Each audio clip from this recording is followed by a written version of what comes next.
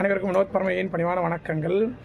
நம்ம வீட்டுக்கு நிறைய பேர் வந்து விசேஷ நாட்களில் இல்லை விசேஷங்களுக்கு நமக்கு வந்து அழைப்பிதழ் கொடுப்பாங்க. அதாவது பத்திரிக்கை கொடுத்து நம்மளை வந்து வீட்டுக்கு வந்து வாழ்த்திட்டு போங்க வாங்க அப்படிலாம் சொல்லுவாங்க இல்லையா. ஸோ அது மாதிரி நம்ம சின்ன வயசுலேருந்து நிறைய வீட்டுக்கு போயிருப்போம், நிறைய இடத்துல போய் சாப்பிட்ருப்போம், நிறைய இடத்துல வந்து வந்திருப்போம். இதெல்லாம் கடந்து ஒரு எக்ஸ்பீரியன்ஸ் எனக்கு இருந்தது. சமீபத்தில் ஒருத்தவங்க வீடோடைய கிரகப்பிரவேசத்துக்கு தான் போயிருந்தேன். புது வீடு கட்டியிருக்காங்க. புதுமண புகு விழாவுக்கு போனேன். ரொம்ப மகிழ்ச்சியாக இருந்தது அந்த வீட்டில். என்ன காரணம் அப்படின்னா, ரெண்டு குழந்தைகளை, ஆண் குழந்தைகளை எடுத்துகிட்டு சின்ன வயசில் வந்தாங்க. நான் சின்ன வயசாக இருக்கும் பொழுதே அவங்கள நான் பார்த்துட்டு இருந்தேன்.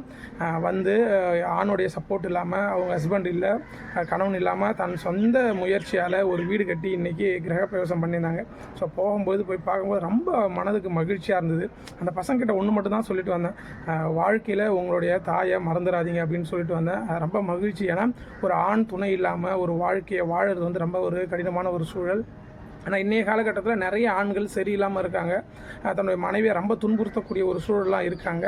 ஆனால் வெளியே வந்து தன் கணவன் இல்லாத பொழுது தன்னுடைய மகன்களுக்காக தன்னுடைய வாழ்நாட்களை செலவு செய்கிறாங்க இல்லையா. ஸோ அது வந்து அளவற்ற ஒரு தியாகம்னு சொல்லலாம். ஸோ எந்த ஒரு அவப்பேரும் இல்லாமல் இந்த கலியுகத்தில் நம்ம ஒழுங்காக சர்வே பண்ணாலுமே எப்படிலாம் நமக்கு அவப்பேர் வருன்றது எல்லாருக்குமே தெரியும். அப்படி இருந்து அழகாக ஒரு மைல்கல் போல் ஒரு வீடை கட்டி அந்த வீட்டுக்குள்ளே அவங்க குடி போகிறத பார்க்கும்போது எனக்கு ரொம்ப மகிழ்ச்சியாக இருந்தது. ஸோ அவங்க நம்ம உறவினரும் கிடையாது, நம்மளை சார்ந்தவங்க தான், நம்ம வேறு ஊரில் இருக்கவங்க, நம்மளை வந்து சின்ன வயசில் நம்மளை பார்த்து பழகினவங்க, நம்மகிட்ட பேசினவங்க தான். ஸோ இன்றைக்கி நம்ம அங்கே போய் பார்க்கும்பொழுது ரொம்ப மகிழ்ச்சியாக இருந்தது.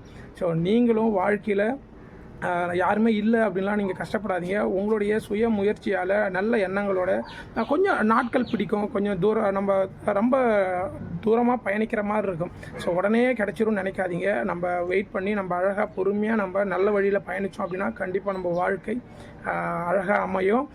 அப்போ வரக்கூடிய மகிழ்ச்சி அளவு கடந்து இருக்கும். ஸோ அவங்களுடைய வாழ்க்கை அதிபத்த நாயனார் அவர்களால் நல்லா இருக்கணும் அப்படின்றத வேண்டிக்கிறேன்.